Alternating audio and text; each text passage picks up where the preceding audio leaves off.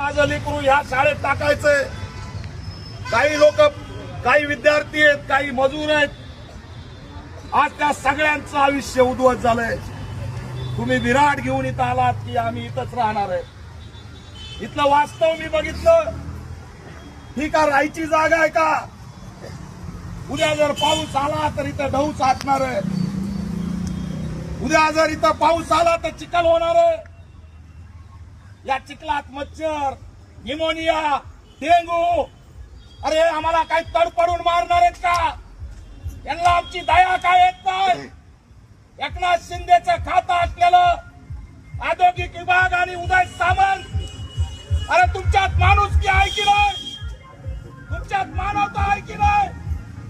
या ठिकाणी जर माणूस एखादा तडपडून मेला तर त्याचा जीव भरून दिला जाईल का? आणि म्हणून इशारा देतोय, एक बहिणीला, इथल्या लहान लेकरांना, इथल्या वृद्धांना जर का या MIDC कार्यालयापुढे त्यांच्या जीवाला काही झालं, एकनाथ शिंदे, उदय सामंत, देवेंद्र फडणवीस तुम्हाला आम्ही सोडणार नाही हा इशारा